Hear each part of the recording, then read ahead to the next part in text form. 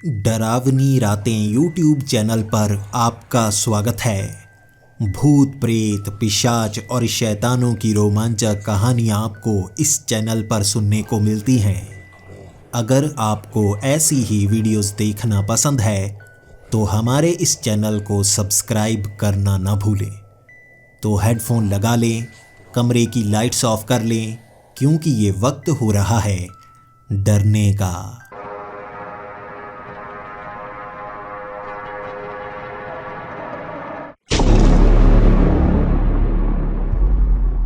Hello दोस्तों, मेरा नाम मोहित है और मेरे जान पहचान वाले मुझे जॉन विक कहते हैं। उसके पीछे भी एक कारण है और वो कारण जानने के लिए आपको मेरी कहानी शुरू से सुननी होगी। आखिर मैं कहाँ से आया, कैसे जॉन विक बन गया और मेरी जिंदगी में क्या क्या हुआ। मैंने गरीबी में अपना बचपन देखा है। मेरी माँ घरों में काम किया करती थी क्योंकि मेरे पिता बहुत ज़्यादा बीमार रहा करते थे। वो काम पर नहीं जा पाते थे और घर में पैसे की हमेशा तंगी रहती। मेरी माँ जितना कमाती मेरे पिता की सेहत को ठीक करने में उतने लग जाया करते थे और तब था हमारे घर में भूखमरी का माहौल। हम भोपाल में रहा करते थे और हमारा छोटा सा घर था जिसके पीछे ज़मीन थी और उस ज़मीन पर हमने कई सारे अमरूद के पेड़ लगाए थे। और एक बार मुझे याद है, हमारे घर में आटा तक नहीं था, इतनी गरीबी देखी थी। कुछ लोग दान में आटा दे जाया करते थे लेकिन सब्जी कोई देकर नहीं जाता था। उस समय लगभग 2 महीनों तक मुझे याद है, हर रोज़ हमें फल के लिए अमरूद खाने पड़ते थे, सब्जी के लिए उबले हुए अमरूद खाने पड़ते थे और कभी कभी मेरी माँ आटे में अमरूद के पत्तों को गूंद कर उसकी रोटियाँ बनाकर खिलाया करती थी। इस तरह से सब्जी भी अमरूद की, फल भी अमरूद और हर चीज़ बस अमरूद ही अमरूद की हुआ करती थी। इतनी मुश्किल में बचपन निकला है। मेरी उम्र 12 साल थी और उस समय पहनने के लिए कपड़े भी नहीं हुआ करते थे। कुछ लोग दान में दे जाते थे तो वो पहन लिया करता था, लेकिन मेरे पास कच्छा तक मौजूद नहीं था। पास में ही एक केले का पेड़ लगा हुआ था, उसका वो बड़ा पत्ता उतार कर उसका लंगोट बनाकर पहना करता था मैं नीचे। लेकिन फिर भी गरीबी आपको कुछ न कुछ सिखा देती है। मुझे भी गरीबी ने बहुत कुछ सिखा दिया था कि अमरूद से आप कैसे ज़िंदगी गुजार सकते हैं। और एक सबसे बड़ा सबक, आप जितने गरीब होते हैं आपकी इज्जत उतनी ही कम मानी जाती है। मैं स्कूल पढ़ने नहीं जाता था, दोस्तों से मांग कर किताबें घर में लेकर आता था और घर में ही पढ़ने की कोशिश करता था। काम भी सारा दिन करने की कोशिश करता था, लेकिन लोग गरीबों के साथ बहुत नाइंसाफ़ी करते हैं, पैसे ही नहीं देते, इसी के साथ पीटने की कोशिश करते हैं। लेकिन हर धर्म में एक बात कही गई है, अपना हक नहीं छोड़ना चाहिए, भले ही उसके लिए लड़ना क्यों ना पड़ जाए। और मैंने लड़ना तभी से ठान लिया था। मैं अब अपने हक के लिए हर उससे लड़ता था जो मेरे पैसे मारा करता था। मैं धीरे धीरे गुस्सैल होता गया। मेरी उम्र तो बढ़ती गई लेकिन मेरा कद नहीं बढ़ रहा था। मेरा कद 4.5 फुट का था और 4.5 फुट का ही रह गया। शायद अमरूद खाने के कारण शरीर में कोई कमी रह गई कि मैं उतना का उतना ही रह गया। लेकिन मेरा गुस्सा 7वें आसमान तक था। जो भी मुझसे उलझने की कोशिश करता मैं उससे लड़ता और अकेला लड़ता, किसी को साथ में भी नहीं ला सकता था। गरीब का कोई साथ नहीं देता, इसीलिए मेरा नाम पड़ गया था जॉन विक, जो अकेला आता है अकेला ही पीट कर जाता है। लेकिन ये स्लोगन हर बार सच नहीं होता था। मैं भले ही अकेला तो हर बार आता था, लेकिन कई बार पीट पाता था, कई बार पिट कर आता था। जब पिट कर आता था तब सीख कर आता था कि इतने लोगों से इकट्ठे नहीं लड़ना चाहिए, छिप छिप कर लड़ना चाहिए। गोरिल्ला वारफेयर किया करता था मैं। जेब में बड़े बड़े पत्थर भर लिया करता और जब भी दुश्मन मुझे अकेले में मिलता मैं पत्थरों की बारिश करता। सामने से मैं लड़ नहीं पाता था, कद छोटा था, हर कोई मुझे जैसे टेडी बेयर की तरह उठा उठा कर पटका करता दीवारों पर। शरीर इतना सख्त था, भले ही आप मुझे 10 बार 10वीं मंजिल से भी गिरा दें तब भी मैं गेंद की तरह उछलकर उठ जाया करता था। तब से कहावत पड़ गई कि मुझे मारा ही नहीं जा सकता, लेकिन असल में मैं सच जानता हूँ। जब तीसरी मंजिल से मुझे नीचे फेंका गया था, रेत के कारण मैं बच गया था, लेकिन जब मैं पलटकर पीछे फर्श तक पहुंचा, सबको लगा कि मुझे कुछ नहीं होता। सब डरने लगे और मुझे जॉन विक कहने लगे। तब से दहशत इस इलाके में मेरी हो गई थी और मैं इसका फ़ायदा उठाने लगा।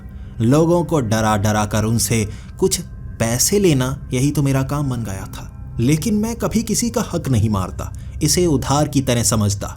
उस पैसे से कुछ ना कुछ काम करता और पैसे बनाता, और जिससे पैसे मैंने लिए हैं उसे वापस ज़रूर करके आता। हक की कमाई कभी छीनना मुझे पसंद ही नहीं था। और बचपन में मैंने कई दोस्त बनाने की कोशिश की, हर किसी ने मुझे धोखा दिया। गरीब का सिर्फ गरीब ही दोस्त बन सकता है, और मेरा भी एक ऐसा ही दोस्त बना था। मेरा नाम था मोहित, उसका नाम था रोहित। मैं ये काम सीख गया, लड़ने वाले, और मैं एक गैंगस्टर बन गया। और वो जादू टोना सीख गया, और वो एक तांत्रिक बन गया। बचपन से ही उसे जादू टोना सीखने की लत लग गई थी। हमेशा एक किताब अपने हाथ में रखता, जादू सीखने वाली, और कोई ना कोई जादू करके दिखाता रहता।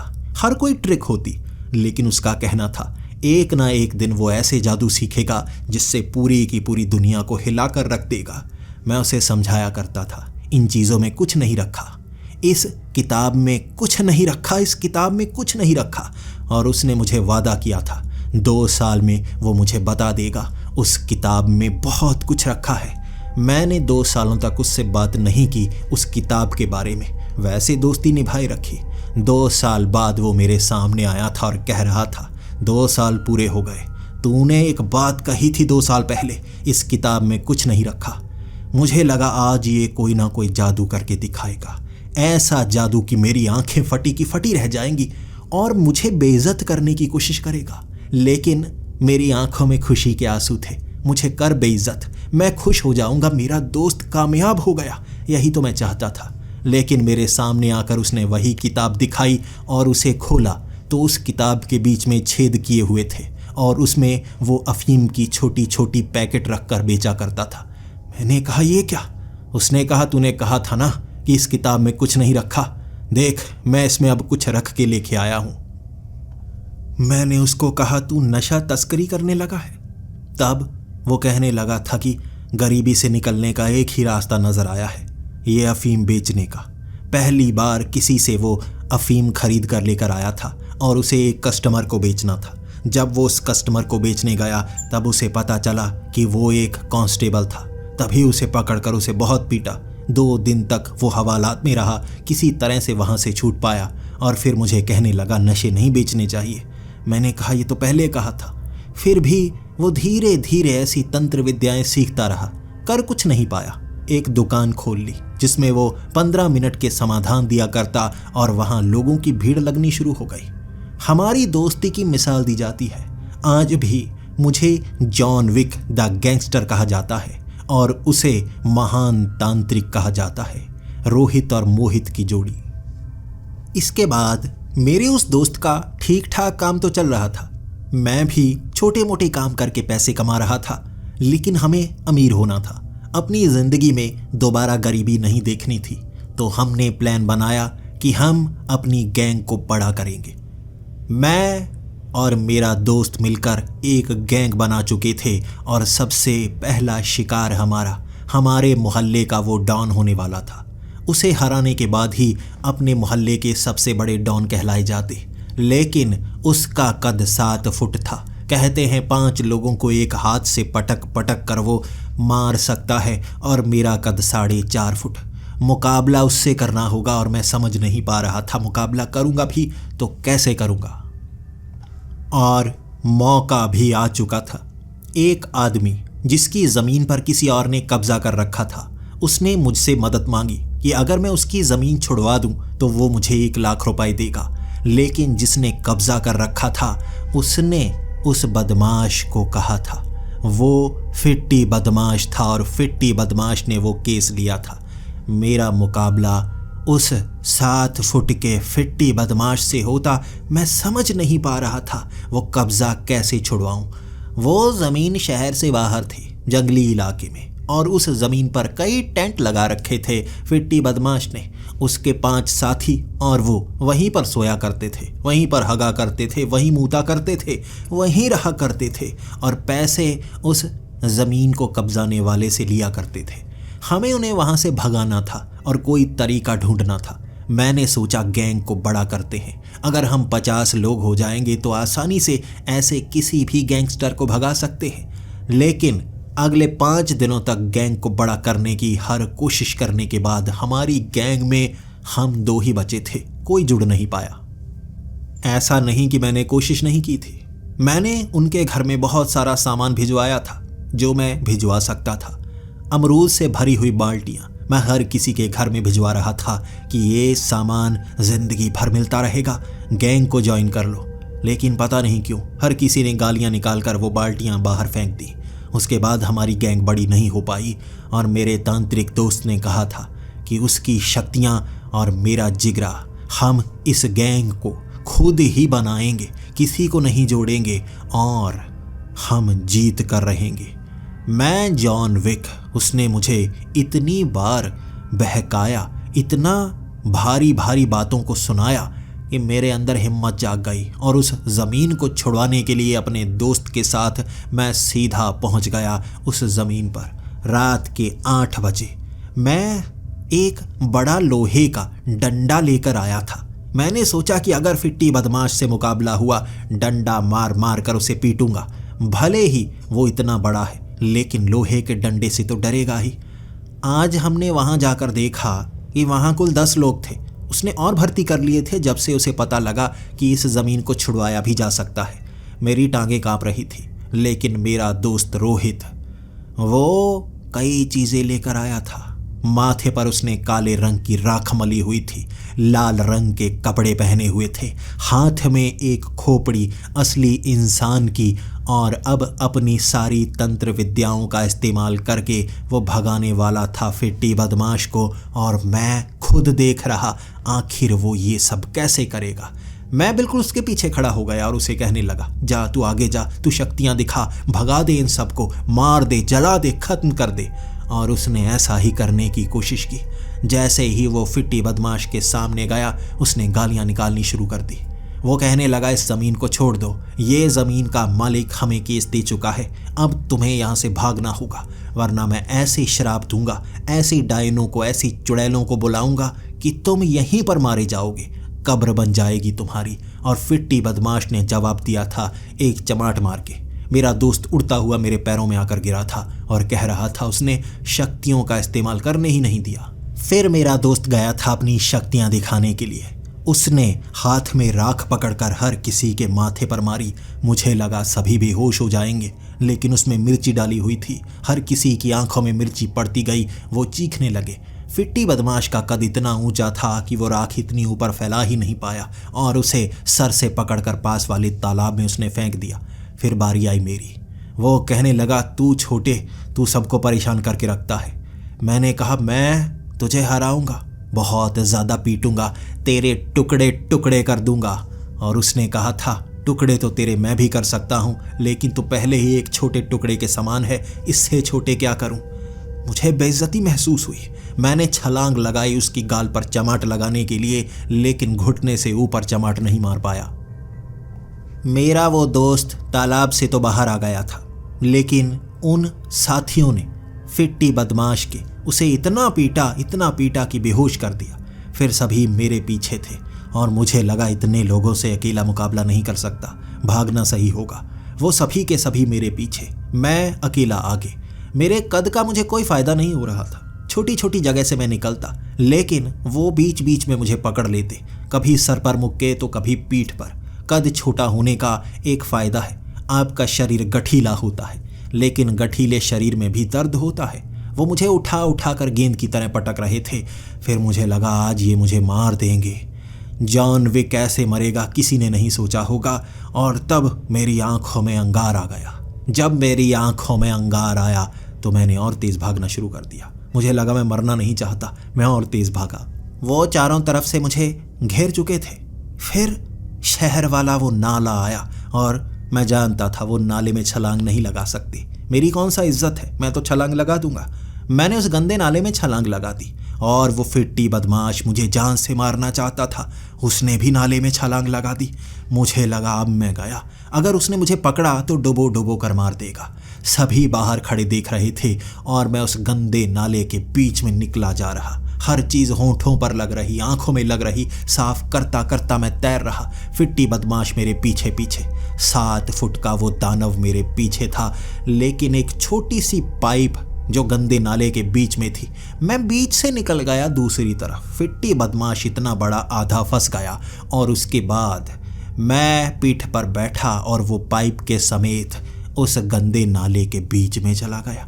सांस घुटी उसकी और 5 मिनट तक तैरता तैरता मैं बाहर, वो डूब कर मर गया। हर तरफ दहशत थी कि जॉन विक ने बिना छुए फिट्टी बदमाश को मार दिया। वहाँ हम दोनों इतने काले हो चुके थे, उन्हें पता ही नहीं चला अंधेरे में असल में क्या हुआ। वो मेरे पांव पड़ रहे थे, मुझसे माफ़ी मांग रहे थे। उन्हें लगा मैं उसे मार कर आ गया और उसकी लाश तक को बाहर नहीं निकाला गया। तब सब तरफ ये अफवाह फैल गई कि जॉन विक ने मार दिया है फिट्टी बदमाश को। अब मोहल्ले का डॉन जॉन विक है। इसके बाद मोहल्ले में ही नहीं, आसपास के इलाके में भी ज़मीन कब्जाने का काम मुझे ही मिलने लगा था। नीचे कई लोग काम करने लगे थे जिन्हें पैसे देने की ज़रूरत नहीं पड़ती, मुफ्त में काम करते। दहशत ही इतनी ज़्यादा थी। फिट्टी बदमाश को मारने के बाद हर कोई मुझसे डरने लगा था।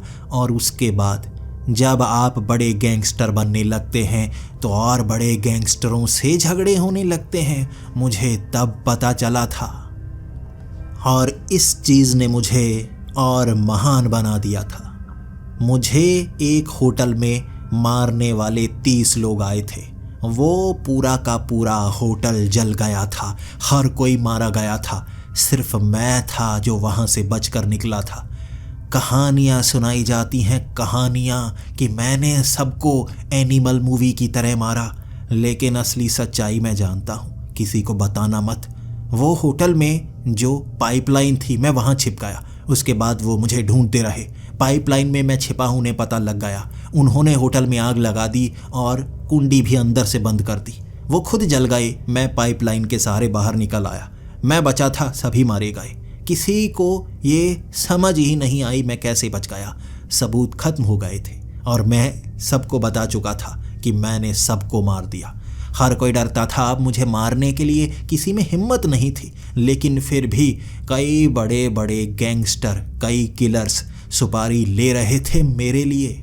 और इसमें मेरी मदद की मेरे दोस्त रोहित ने हर तरफ ये बात फैला दी थी कि रोहित तांत्रिक की एक ऐसी शक्ति है जिस कारण हर कोई जो इसे मारने की कोशिश करेगा वो मारा जाएगा। इस तरह ये दहशत ने काम बहुत करवाया। कई लोग अपने आप अपने घरों में मरे पाए गए। उनके दुश्मनों ने ही भले उन्हें मारा हो, लेकिन ये बात फैल गई थी कि मैं एक शापित इंसान हूँ। जॉन विक एक मॉन्स्टर है जिसे मारने वाला खुद मारा जाता है, भले ही सिर्फ कोशिश ही क्यों ना की हो। धीरे धीरे मेरी ख्याति पूरे के पूरे शहर में हो गई थी। अब बड़ी ज़मीनों को कब्जाने की ये कोशिशें मेरी होती रहती और मैं ये काम कर भी देता। सिर्फ नाम चलता था मेरा। कई लोग मुझे छोटा डॉन कहने लगे थे, भले ही कद छोटा था, नाम बड़ा था मेरा। मैंने अपने हाथों से किसी को मारा नहीं था, ज़रूरत पड़ती ही नहीं थी। मेरे नीचे काम करने वाले खुद ब खुद ये काम करते थे। वो पीट दिया करते थे और सबको ये कहानी बताते कि उसे मार दिया गया है, और हम बॉर्डर के पार पाकिस्तान उसे फेंक देते। पाकिस्तान वाले उन्हें पकड़ लेते और कभी उनकी लाश तक नहीं मिलती और वो पाकिस्तान की जेल में सड़ते रहते। हर दुश्मन के साथ हम यही किया करते थे। हर किसी को लगता था कि हम मार कर लाश को दफना देते हैं, लेकिन असल में हम पाकिस्तान के बॉर्डर में फेंक कर पाकिस्तान की सेना को दे दिया करते थे। मैंने अपनी एक सल्तनत बना ली थी। भोपाल की एक बड़ी फैक्ट्री को KGF बना डाला था और इस KGF में गैंगस्टर ही गैंगस्टर भरे हुए थे। मेरी सुरक्षा के लिए गैंगस्टर, मुझे मारने के लिए गैंगस्टर, ज़मीनें कब्जाने के लिए, पैसे मांगने के लिए, और यहाँ पर जॉन विक का राज चलता था। 1000 लोग इस फैक्ट्री में रहना शुरू हो गए और आसपास की ज़मीन भी हमने कब्जा ली। बड़ी बड़ी दीवारें खड़ी कर दी और मैं बिल्कुल एक बड़ा केजीएफ बनाना चाहता था। लेकिन हमारी इस सल्तनत को किसी की नज़र लग गई। अंदर बहुत सारे लोग थे, आपस में झगड़ पड़े और आधे तो आपस में लड़कर ही मर गए। इस तरह मेरी ये केजीएफ बर्बाद हो गई। लेकिन मैं जॉन विक था, अकेला ही काफ़ी था, तो मैंने सभी को छोड़ दिया। वो खुद मुझे गाली निकाल रहे थे कि कई महीनों के मैंने उन्हें पैसे नहीं दिए, लेकिन मैं पैसे देने पर यकीन नहीं करता। रोहित और मोहित एक ऐसी जोड़ी बन गए थे जो भोपाल से निकलकर अलग अलग शहरों में दहशत फैलाना शुरू हो गए थे। हम अब बड़े बड़े उद्योगपतियों से कांटेक्ट बना रहे थे ताकि उनकी वो फंसी हुई ज़मीनों के काम हम करवा पाते अपनी दहशत से। और जॉन विक से आसपास के कई शहरों में भी लोग डरने लगे थे।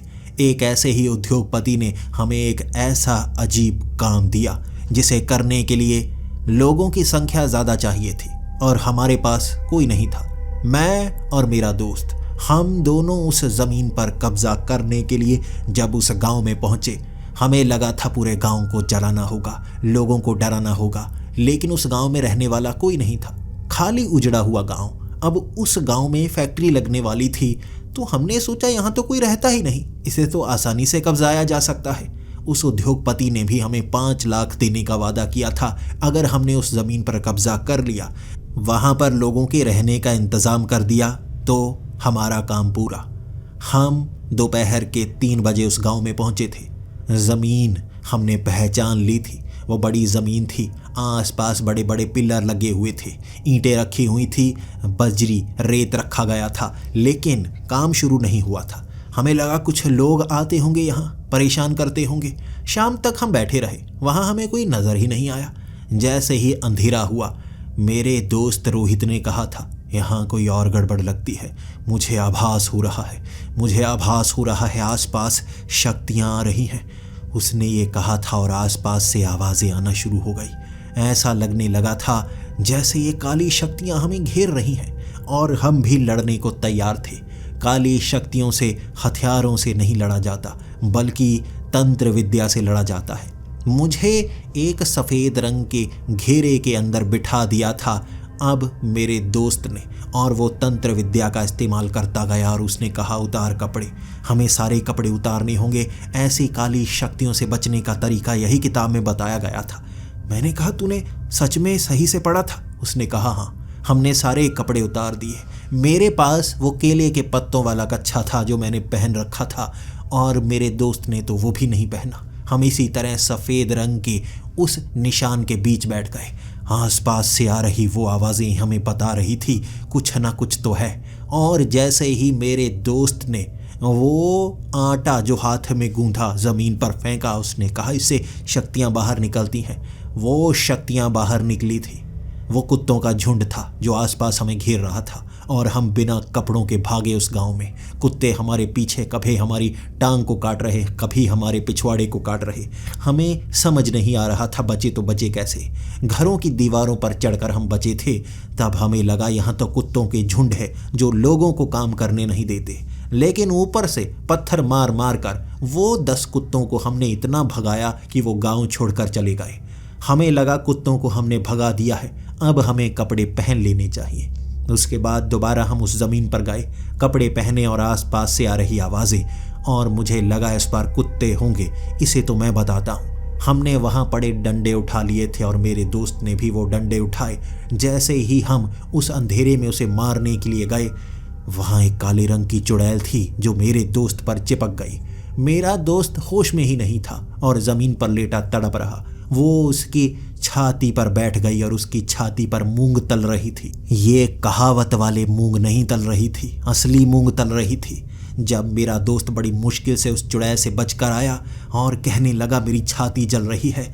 उस चुड़ैल ने खुद बताया था, मुझे लोगों की छाती पर मूंग तलने में मज़ा आता है। ये छोटी सी बाल्टी में मैंने उबला हुआ तेल रखा है, ये कच्चे मूंग मैं तेल डालकर मूंग तलती हूँ छाती के ऊपर। इस तरह लोगों को भगाती हूँ। भागने का मौका है, भाग जाओ। यहाँ रुकना चाहते हो तो मेरा मुकाबला करना होगा। हम वहाँ से भाग निकले थे उस चुड़ैल से बचकर। उसके बाद भी हम गांव के करीब ही थे। एक घर के पीछे से देख रहे और मेरा वो दोस्त तांत्रिक कह रहा, ये तो बड़ी गड़बड़ है, यहाँ पर तो चुड़ैल रहती है। मैंने उसे कहा, तुझे तो चुड़ैलें भगानी आती होंगी। और उसने कहा, तू भरोसा करता है तो मैं भगा के दिखाऊंगा, दे मुझे 5,000, अभी भगा कर आता हूँ। मैंने उसको कहा, तू मुझसे पैसे लेगा? उसने कहा, नहीं, मुझे शहर जाना होगा, वहाँ से कुछ खास सामान लेकर आऊँगा, देखिए चुड़ैल कैसे यहाँ से भागती है, हम जो कहेंगे ये वो बात मानेगी। मैंने उसे 5,000 रुपये दे दिए। वो शहर चला गया। उसके बाद वो रात भर आया ही नहीं और मैं वहीं उस घर के पीछे सो गया था। अगले दिन 10 बजे वो वहाँ पर पहुँचा। 2 बड़े बड़े बैग भरे हुए थे। मैंने उससे पूछा, काम हो गया? उसने कहा, काम हो जाएगा, बस रात भर का हमें इंतज़ार करना होगा, हम यहीं कहीं बसेरा बना लेते हैं। चुड़ैलें रात को नज़र आती हैं, दिन के वक्त नज़र नहीं आती, हमें किसी घर में रुकना होगा। वो बड़े बड़े 2 बैग में क्या लेकर आया था उसने मुझे नहीं दिखाया, लेकिन पूरा दिन हम एक घर में बैठकर इंतज़ार करते रहे। हमने कुछ नहीं खाया था। वो शहर से ये सामान तो लेकर आ गया, खाने का कुछ नहीं लेकर आया, खुद रात को खाकर आ गया था। मैं भूखा था और रात भर इंतज़ार किया। वहाँ पास में ही एक गंदा तालाब था, उसका पानी पीकर मैंने प्यास बुझाई। और जब हम उस ज़मीन पर 8 बजे पहुँचे, अंधेरा बहुत ज़्यादा था और जैसे ही वो चुड़ैल सामने प्रकट हुई, हंसती हुई कहने लगी, तुम फिर से आ गए, कुछ नहीं कर सकते, कुछ नहीं कर सकते, यहाँ पहले भी बहुत लोग आ चुके हैं, वो मेरा मुकाबला नहीं कर सकते। तब मैंने उसको कहा था, मेरा दोस्त एक तांत्रिक है, तुझे तो 1 मिनट में काबू करेगा, चल रोहित, दिखा इसे अपना कमाल।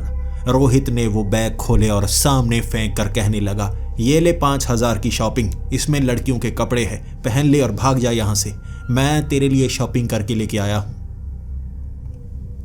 वो चुड़ैल की आंखें देखने वाली थी। मुझे भी समझ में नहीं आ रहा था क्या इससे काम बनेगा, लेकिन इससे काम नहीं बना। ये ऐसे पता चला जब उसने बाल्टी से वो खौलता हुआ तेल मेरे दोस्त की छाती पर रखकर उस पर मूंग तलने लगी, तो मैं समझ गया वो फिर से गुस्से में आ गई है। बड़ी मुश्किल से अपने दोस्त को बचाया था। दूसरी बार उसकी छाती जल चुकी थी और हम वहाँ से भाग गए। अब मेरा वो दोस्त कह रहा था, इससे मुकाबला करने के लिए बड़ी तरकीबें अपनानी होंगी, ये चुड़ैल सीधे तरीके से नहीं मानने वाली, मेरी तंत्र विद्याएं इसके सामने कमज़ोर पड़ रही हैं, लेकिन जिसने मुझे सिखाया है वो महान तांत्रिक है। महान तांत्रिक अगर यहाँ आ गया तो चुड़ैल उसका मुकाबला नहीं कर सकती। ये दारा तांत्रिक है जिससे मेरे साथी ने तंत्र विद्याएं सीखी थी। उसने कहा था, कई तरह की तंत्र विद्याएं होती हैं, एक नूरी तंत्र विद्या, एक काली तंत्र विद्या, एक शारीरिक तंत्र विद्या, तरह तरह की तंत्र विद्याएं उसे आती हैं। और हम पूरी रात वो घर के पीछे बिताकर दिन के वक्त निकल गए उस महान तांत्रिक को लेने के लिए। जब उस दारा तांत्रिक के घर पर हम पहुंचे थे, मैं उसका घर देखकर हैरान था। बड़ा बंगला था उसके पास, महंगा बंगला, उसके पास पैसे भी बहुत ज़्यादा थे।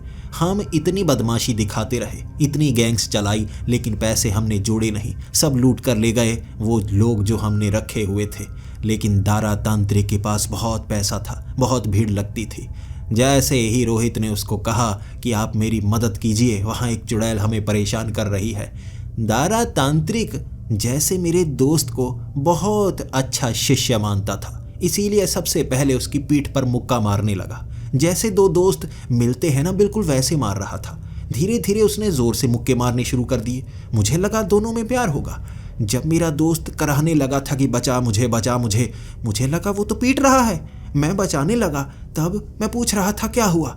उसने कहा, ये मेरे 10,000 लेके भागा है, इस पागल को कुछ समझ में नहीं आता, मैं बड़ी मुश्किल से यहाँ काम करता हूँ और ये मेरे पैसे लेकर भागा था। मैंने वो 10,000 दारा तांत्रिक को दिए, तब जाकर उनका झगड़ा खत्म हुआ था, और 10,000 और दिए हमारे साथ चलने के लिए। दारा तांत्रिक पैसों के लिए कुछ भी कर सकता था। वो रात के वक्त हमारे साथ पहुंच गया। अब उसी गांव में वो ज़मीन जहां फैक्ट्री लगने वाली थी, वहां वो काले रंग की चुड़ैल खड़ी पहले से हमारा इंतज़ार कर रही थी। तब दारा तांत्रिक मेरे दोस्त से पूछ रहा था, तूने क्या तरकीब अपनाई? मैंने जो तुझे सिखाया, तू ऐसी चुड़ैल से मुकाबला भी नहीं कर पाया। मेरे दोस्त ने कहा, मैं शॉपिंग के लिए सामान लेकर आया था ताकि इसे कमज़ोर कर पाऊँ। किसी समय ये लड़की रही होगी ना, कपड़ों के लिए फिसल जाती होगी। मुझे लगा ये ब्रांडेड कपड़े लाकर दूंगा तो थोड़ी फिसलेगी, बात मानेगी, कुछ सच बताएगी। यह बानी ही नहीं।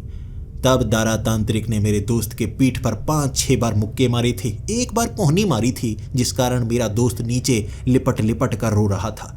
फिर दारा तांत्रिक ने कहा, एक औरत को कभी कमज़ोर नहीं समझना चाहिए। औरत में ऐसी शक्ति होती है कि वो मर्द को कभी भी किसी भी जगह हरा सकती है। इसीलिए ये चुड़ैल ऐसे नहीं हारेगी। तुम जो करते हार जाते। तुम बताओ, एक औरत को हराने का आसान तरीका क्या है? मैंने कहा, मैं नहीं जानता, औरत को हराने का तरीका क्या है? उसने कहा, एक तो औरत, ऊपर से चुड़ैल। उसे हराने का तरीका यह है, आप भी औरत बन जाओ। मैंने कहा, औरत? अब क्या हम सेक्स चेंज करवा लें? हम औरत बनकर इसको कैसे हराएंगे? दारा तांत्रिक ने मेरे मुंह पर मुक्का मारा और मेरे नाक से खून आ गया। मैं नीचे गिर गया था। फिर वो कहने लगा, देख अब मैं क्या करता हूँ। उसने अपने झोले से लंबे बाल निकाले, उसने लिपस्टिक निकाली, लिपस्टिक लगाई। उसके बाद लड़की की स्कर्ट पहनकर वो लंबे बाल लगाकर पूरी तरह से लड़की लग रहा था, लेकिन बहुत भद्दी लड़की। इसके बाद वो चलता हुआ चुड़ैल के करीब गया और कहने लगा, औरत का मुकाबला औरत से होगा, अब होगा बराबरी का मुकाबला। वो चुड़ैल उड़ती हुई आई थी। उसने बाल नोचने की कोशिश की और दारा तांत्रिक के बाल तो नकली थे, उसे दर्द नहीं हुआ, लेकिन दारा तांत्रिक ने उस चुड़ैल के बाल पकड़ लिए। वो चुड़ैल भी चीख रही थी, गालियां निकाल रही थी कि छोड़ कमीने, लेकिन दारा तांत्रिक छोड़ने वाला नहीं। उसके बाद उसने अपने झोले से कंटीली तार निकाली और उस चुड़ैल के लपेटने की कोशिश की, लेकिन उस चुड़ैल ने वो कंटीली तार उससे छीन ली और उसके बाद वो दारा तांत्रिक के लपेटने लगी। दारा तांत्रिक के कपड़े फट गए थे। उसने जो लंगोट डाला था सिर्फ वही बचा था, बाकी सारे कपड़े उस चुड़ैल ने नोच डाले। अब दारा तांत्रिक वहां से भागने लगा। चुड़ैल कह रही थी, आजा बराबरी का मुकाबला कर। दारा तांत्रिक मुकाबला नहीं कर पा रहा था और हमने उसे कहा, आप भाग क्यों रहे हैं? आप हमारी आखिरी उम्मीद हैं। उसने कहा, अब मैं लड़की नहीं रहा। इसने तो लड़की लड़की वाला काम सारा उतार दिया। अब नीचे बस लड़के लड़के वाला काम बचा है। मैं मुकाबला नहीं कर पाऊंगा। इससे जीतने के लिए तुम्हें दिमाग लगाना होगा। ये हमसे भी ज्यादा तेज है। हम भी दारा तांत्रिक के साथ वहां से भागे। फिर पहुंचे गांव। उसने अपने झोले से और कपड़े निकाले और पहने। फिर कहने लगा, ये काम बहुत ज़्यादा मुश्किल है, अब इसे दिमाग से हराना होगा। अब मुझे नूरी इल्म का इस्तेमाल करना होगा। मेरे ऊपर जितना नूर है, मैं उसकी जानकारी से इस छोटी सी मटकी में उसकी शक्ति को कैद करूँगा। जब मैं ये मटकी उसके पाँव को छूँगा, उसके बाद वो इस मटकी में कैद होगी और ऊपर से मैं ढक्कन लगाऊंगा, वो कैद हो जाएगी। लेकिन कैद करने के लिए उसके ऊपर सिंदूर फेंकना होगा। सिंदूर फेंके बिना उसे कैद नहीं किया जा सकता। हम दारा तांत्रिक की बात मान चुके थे। अब एक ही तरीका था, सिंदूर फेंकना, मटकी में कैद करना। बार बार मैं और मेरा साथी ये कहे जा रहे, सिंदूर फेंकना, मटकी में कैद करना, सिंदूर फेंकना, मटकी में कैद करना। यह कहते कहते हम तीनों फिर से वहां। अब दारा तांत्रिक चेतावनी दे रहा था, बाज आजा, आखिरी मौका है। मैं कैद करूंगा, हमेशा के लिए कैद करे रखूंगा। उसके बाद एक ऐसी जगह लेकर जाऊंगा जहां तुझे तड़पाया जाएगा, जलाया जाएगा, दर्द दिया जाएगा, तब जाकर तू छूट पाएगी। मान ले चली जा यहां से, दोबारा कभी भी हम तुझे कुछ नहीं कहेंगे। अब उस चुड़ैल को पहली बार माँ बहन की गाली निकालते हुए सुना था मैंने। वो चुड़ैल मुंह से भी वार कर रही थी। फिर उड़ती हुई आई हमारे पास और जैसा कि दारा तांत्रिक ने कहा था, मैंने चुड़ैल के ऊपर सिंदूर फेंक दिया। उस चुड़ैल ने मेरे एक लपाटा मारा, मैं दूर जाकर गिरा और तभी दारा तांत्रिक ने उसके पैर से वो लोहे का मटका छुआ।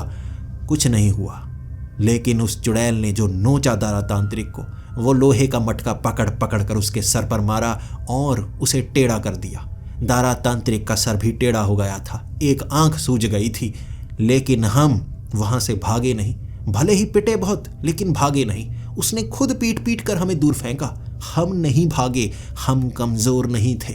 पिट कर दूर थे तो बेहोश हो गए। सुबह के वक्त रोशनी में हम तीनों को होश आया। एक एक करके जब हम उठे तो रात की वो कहानी याद आने लगी। दारा तांत्रिक रोता हुआ कहने लगा था, मैं क्या करूं, मैं क्या करूं, पहली बार ऐसी चुड़ैल से सामना हुआ है जो समझ में नहीं आ रही। तभी मेरा साथी कहने लगा, आप तो कहा करते थे आप हर एक चुड़ैल का मुकाबला कर सकते हैं। तब उस दारा तांत्रिक ने बताया, मैंने कभी चुड़ैल का सामना किया ही नहीं, मैं क्या करूं।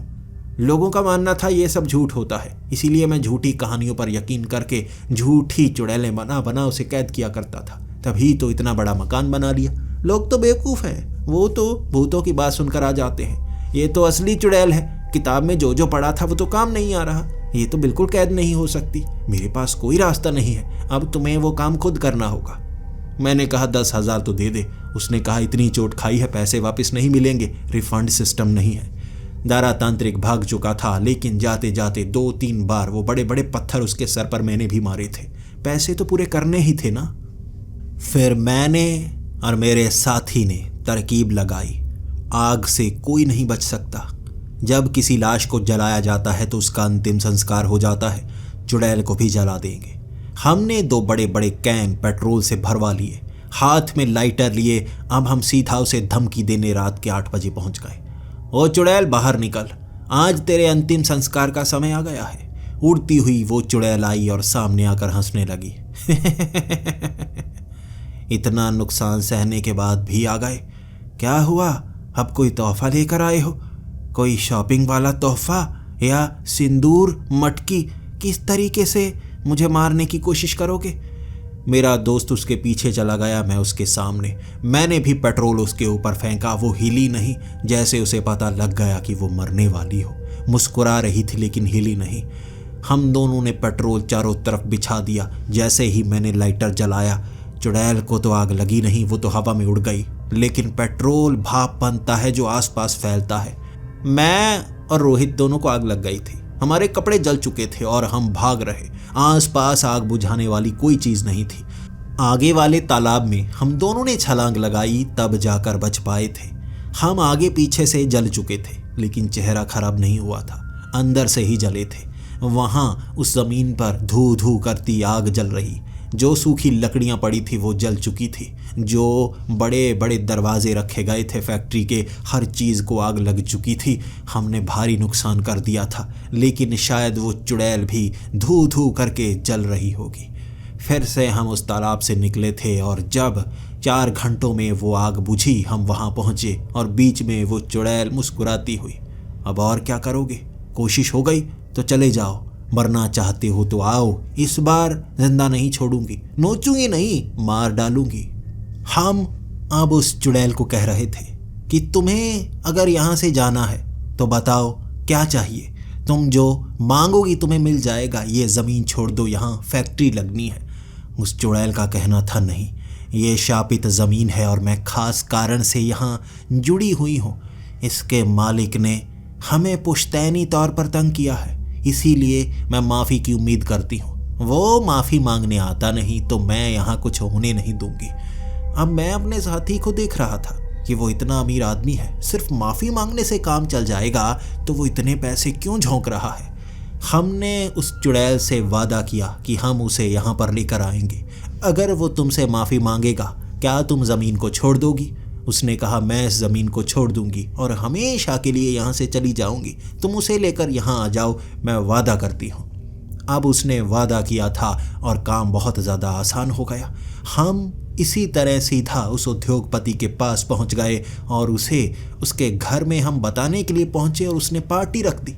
उसने कहा, काम हो गया, क्या तुम यहाँ जिंदा बचकर आए हो? मतलब वो चुड़ैल को तुमने भगा दिया? हमने कहा, हमने चुड़ैल को भगाया नहीं, उससे सौदा करके आए हैं। वो और ज़्यादा खुश था, ये तो बढ़िया काम हो गया, आसान सा सौदा कर दिया कोई तुमने। हमने कहा, आपको उससे माफ़ी मांगनी होगी, माफ़ी मांगने के बाद वो वहाँ से चली जाएगी। ये सौदा हुआ है हम लोगों के बीच। हम उस उद्योगपति को समझा रहे थे कि बस माफ़ी तो मांगनी है, वो चुड़ैल आपको माफ़ कर देगी। लेकिन वो उद्योगपति कह रहा था, मैंने उसके परिवार को मारा है, क्या वो सिर्फ माफ़ी मांगने से मान जाएगी? हम ये बात सुनकर हैरान थे। इसके बाद हमें लगा कि वो इसे मारना चाहती होगी, उससे सही से बात करनी होगी। अगर ये उद्योगपति वहाँ पहुँचा, वो भी अकेला, ये मारा जा सकता है। हम रात के वक्त दोबारा उस गांव में पहुँच गए उस चुड़ैल से सौदा करने के लिए। हमने उसको कहा कि उद्योगपति ने तुम्हारे परिवार को मारा है, तुम्हें चुड़ैल बनने पर मजबूर किया है, उसने सब सच बताया। तो क्या सिर्फ माफ़ी मांगने से तुम उसे माफ़ कर दोगी? अब वो रोती हुई कहने लगी, और मैं क्या कर सकती हूँ, इतने समय से यहाँ कैद हूँ। अगर वो माफ़ी मांग लेगा मेरा गुस्सा ठंडा हो जाएगा, मैं चली जाऊँगी हमेशा के लिए। तभी मेरे दोस्त ने कहा, मैं तांत्रिक हूँ और जानता हूँ तुम इस तरह से नहीं करोगी, तुम उसे मार दोगी। वो चुड़ैल कहती रही, मैं नहीं मारूंगी, बस माफ़ी मंगवा दो, मैं आज़ाद होना चाहती हूँ। तब मेरे दोस्त ने उससे सवाल पूछा, बताओ अगर तुमने ऐसा नहीं किया तो तुम्हारे साथ क्या करें? उसने कहा, पीछे देखो, इस ज़मीन पर एक कुआं है, मैं कुएं में कैद हूँ और उसने मुझे कुएं में डुबो कर मारा था। ऐसी ही कहानी उस उद्योगपति ने भी सुनाई थी। वो चुड़ैल कहने लगी, इसकी बाल्टी निकालो। हमने जब उसकी बाल्टी निकाली तो उस बाल्टी में एक खोपड़ी थी। वो खोपड़ी देखकर कहने लगी, ये मेरी खोपड़ी है, इसे अपने पास रखना। अगर मैंने तुम्हारी बात नहीं मानी, तुम खोपड़ी को तोड़ देना, उससे मैं मारी जाऊंगी, लेकिन किसी को बताना मत। ये खोपड़ी को मेरे सामने तोड़ोगे तो मैं मारी जाऊंगी। अगर मैंने उसे नुकसान पहुंचाने की कोशिश की, तुम खोपड़ी तोड़ देना, मैं मारी जाऊंगी।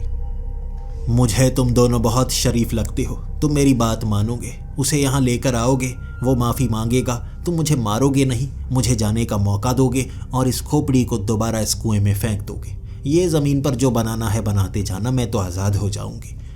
अब हमें उस पर भरोसा हो गया। उसने अपनी कमज़ोरी हमारे हाथ में थमा दी थी और ये भी कहा था इस खोपड़ी के बारे में किसी को नहीं बताना। हम क्यों बताएंगे? अब हम उस उद्योगपति के पास पहुंच गए और कहने लगे, हम उसे मार सकते हैं। अगर उसने आपको छुआ तो हम उसे मार देंगे, आपको हमारे साथ चलना होगा।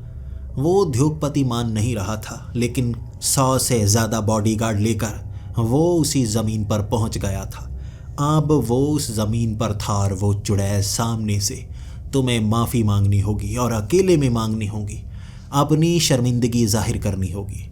मेरे हाथ में वो खोपड़ी थी, एक हाथ में हथौड़ी। सारे के सारे सिक्योरिटी गार्ड बाहर हमारा इंतज़ार कर रहे ज़मीन के।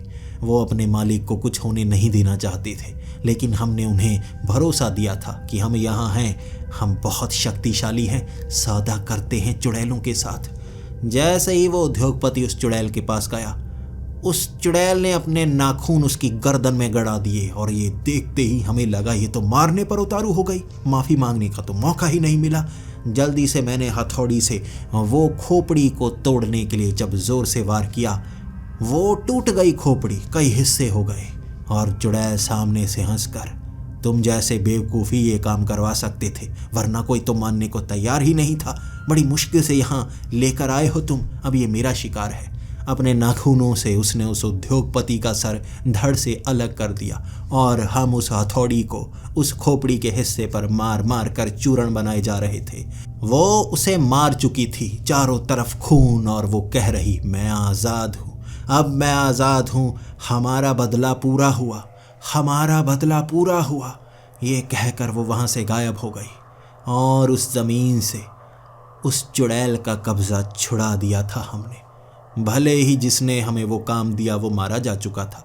वो सिक्योरिटी गार्ड बड़े बड़े हथियार लिए, बेसबॉल बैट लिए हमें पीटने के लिए आ रहे, और हमने कहा, हमने तो चुड़ैल को आज़ाद किया ना। वो हमें पीट रहे थे और इतना ज़्यादा पीट रहे थे कि बचने का कोई रास्ता नहीं। मेरा छोटा कद फ़ायदे में आ गया। मैं वहाँ उनकी टांगों के बीच से निकला और मेरा साथी पिट रहा था। फिर भी मुझे तरस बहुत आया, बार बार उसे बचाने के लिए मन तो कर रहा था। फिर मैं सोच रहा था, या तो मैं मरूंगा या वो मरेगा, इससे अच्छा वो ही मरे, दोस्ती तो दोबारा हो जाएगी, कोई बात नहीं। वो 50 से ज़्यादा थे जो उसे पीट रहे। मैं तो भाग गया, एक पेड़ के ऊपर बंदर की तरह चढ़ गया, और मेरे दोस्त ने भी कमाल दिखाया। अपने झोले से तांत्रिक वाला वो मिर्ची पाउडर उसने हर किसी की आंखों में डालकर भागना शुरू कर दिया। वो भागता गया वहाँ से, हमारी मदद के लिए कोई नहीं आया। हम चीख रहे थे कि चुड़ैल हमें तो बचा जा, लेकिन वो आज़ाद हो गई थी अपना काम करने के बाद। मेरा साथी पेड़ों पर था और हम पेड़ों पर छलांगे लगाते लगाते उन सिक्योरिटी गार्ड से दूर निकल आए। अब उनका मालिक मर चुका था तो वो भी बदला ले नहीं पाए और हम वहाँ से बच निकले। इस तरह से हमारी ज़िंदगी में एक ऐसी घटना हुई जिसे हम ऐसे बताते हैं कि एक चुड़ैल को हमने भगाया है, और कोई भी ऐसा गैंगस्टर नहीं है जिसने किसी चुड़ैल को भगाया हो। भले ही हम अपना काम पूरा नहीं कर पाए, जिसने हमें कॉन्ट्रैक्ट दिया था वो मारा गया, लेकिन कहने को हमने एक चुड़ैल को तो भगा दिया। हमारी इज्जत और ज़्यादा बढ़ चुकी थी और मैं जॉन विक अकेला ही काफ़ी था ये काम करने के लिए। हर किसी की ज़बान पर यही शब्द थे। तब हम अपने शहर वापस आ गए थे और मुझे मेरा KGF वापस चाहिए था। वहाँ जाकर पता चला वहाँ तो एक जेल बन चुकी है, तो मैंने वो इरादा भी त्याग दिया। अपने मोहल्ले में गया तो पता चला वहाँ एक नया बदमाश आ गया है। उसका कद 7.5 फुट है और मुझे लगा उसे हराना ही होगा दोबारा इज्जत पाने के लिए। लेकिन किस्मत हर बार आपका साथ नहीं देती। उसने जब पकड़कर बोरी में डालकर मुझे पीटा, एक बार में ही मुझे अक्ल आ गई कि अब दोबारा मैं गैंगस्टर नहीं बन सकता। जॉन विक ने तब संन्यास लिया था और मेरा तांत्रिक साथी भी अब उसी घर में रहते हैं। हम आज भी अमरूद खाकर बहुत ज़्यादा खुश हैं। ये दुनिया संन्यास के बाद ऐसी लगती है जैसे बहुत खुशनुमा है। मैंने वो क्राइम की दुनिया पीछे छोड़ दी जिस पर कभी मैं राज किया करता था। मेरा वो तांत्रिक दोस्त आज भी अपनी दुकान चलाता है और काफ़ी ज़्यादा पैसे कमाता है। मूर्खों की हमारी इस दुनिया में कमी थोड़े ना है, लेकिन मैं कोई भी ऐसा वैसा काम नहीं करता। संन्यास के बाद सीधा साधा दुकानों पर सफाई का काम करता हूँ जिससे घर चलता है। मैंने पैसे जोड़कर लूना भी ली थी और एक छोटा सा गली में घूमने वाला कुत्ता भी पाल लिया था। मैं संन्यास ले चुका हूँ जॉन विक की तरह मैं भी, लेकिन किसी ने मेरे कुत्ते को मारकर मेरी लूना चुरा ली है। शायद मुझे संन्यास से वापस आना ही होगा। मैं अपने पुराने वो हथियार ज़मीन से निकालना चाहता हूँ। दोबारा गैंग्स की दुनिया में तबाही मचाने के लिए जॉन विक को शायद आना पड़ेगा। क्या आपको लगता है मुझे आना चाहिए?